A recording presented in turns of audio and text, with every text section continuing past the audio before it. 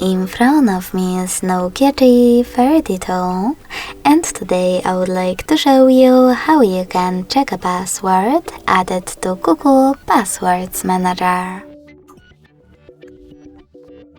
Begin by going into Settings and scrolling all the way down to access Google section.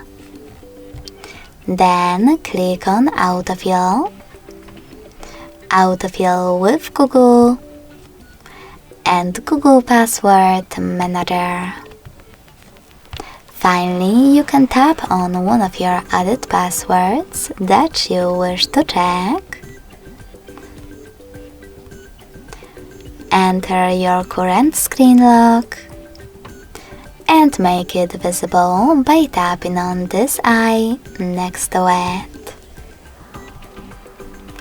Thanks so much for watching. If you enjoyed this video, don't forget to leave a like, comment and subscribe. Bye!